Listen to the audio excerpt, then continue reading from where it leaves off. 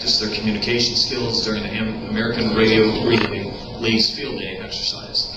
And whereas this year's Amateur Radio Field Day will take place on June 28th and 29th, 2008. Now, therefore, I, Lawrence J. Morrissey, as Mayor of the City of Rockford, hereby proclaim the week of June 23rd, 2008 to be Amateur Radio Week, recognizing in Rockford, Illinois, the important emergency preparedness exercise, and call upon all citizens to pay tribute to the amateur radio operators of our city. And I invite you to say a few words. Sure, thank you very much. Thank you very much, Your Honor. Council members, other guests, amateur radio got started a long time ago, and I'll try to make it very brief. But it was actually in 1934 that Congress enacted the amateur radio service.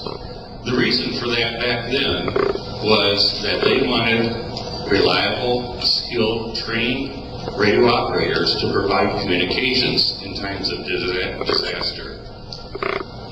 With that thought, in progressing to the 90s to 2000, of course now we have cell phones, we have, of course, digital TV, and that's all well and good, but in a real disaster, and it can be a Katrina disaster, it could be 9/11, it could be a lot of different things. Those things start to fail, and that's part of the problem. So, in the time that we've progressed forward, it's actually become a little more important, because when a cell phone tower goes down, and I think we're all pretty much relying on cell phones now than we were 20 years ago, obviously, that now we don't have any cell phones. We don't have electricity, maybe. Well, thanks to amateur radio operators in Rockford, actually across the whole world, that we do have communications. And what we do at Field Day is we are going to have our annual Field Day event. This year we're going to have it at Aldine Park. And what we do is we demonstrate the ability as ham radio operators or amateur radio operators to provide communications. We have generators, we have tents, we have whatever we have, and we demonstrate the ability that under adverse conditions or unnormal conditions that we can operate our radios, we can transfer traffic back and forth, and that is what we're doing. So the 28th and 29th, I certainly invite everyone, if you'd like to come out and see what we do, by all means come on out. You can ask questions, we'll be glad to answer anything that we can.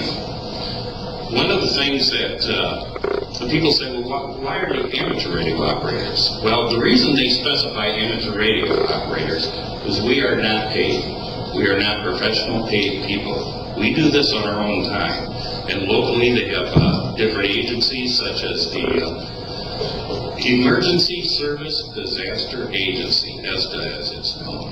They also have RACES, which is Radio Amateur Civil Emergency Service. What we do is when we're called upon, it can be by the Salvation Army, it can be by the Red Cross, it can be by any agency that wants us to back up their efforts in times of disaster. This is what we do.